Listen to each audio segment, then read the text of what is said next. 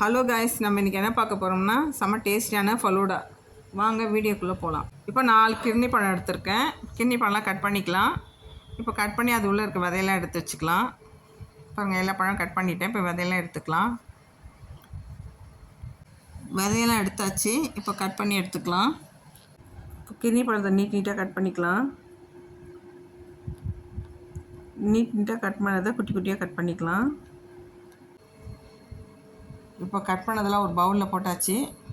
ஒரு 5 பாதாம் பிசினி எடுத்துக்கலாம். பவுலில் போட்டு ஊற வச்சுக்கலாம் தண்ணி ஊற்றி. இது 2 ஹவர் முன்னாடியே ஊற வச்சிட்டிங்கன்னா ஊறிடும். அப்படி இல்லைனா நைட்டே போட்டு ஊற வச்சுக்கலாம்.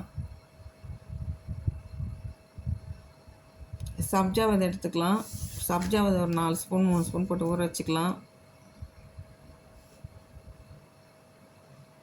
இது 2 ஹவர் முன்னாடியே ஊற வச்சிங்கன்னா சீக்கிரமாக ஊறிடும்.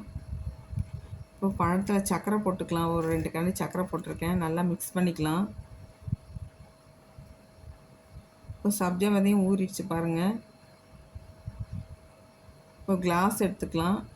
ஃபஸ்ட்டு கொஞ்சம் பழம் போட்டுக்கலாம். சப்ஜா விதை ஒரு 2 ஸ்பூன் போட்டுக்கலாம். மறுபடியும் கொஞ்சம் பழம் போட்டுக்கலாம். பால் கொஞ்சம் ஊற்றிருக்கேன். ஐஸ்கிரீம் போட்டிருக்கேன். மேலே மறுபடியும் சப்ஜா விதை போட்டிருக்கேன். பாதாம் பிசினி போட்டிருக்கேங்க. இப்போ நல்லா மிக்ஸ் பண்ணிக்கோங்க. பாருங்கள், செம்ம டேஸ்டான ஃபலூடா ரெடி ஆகிடுச்சு.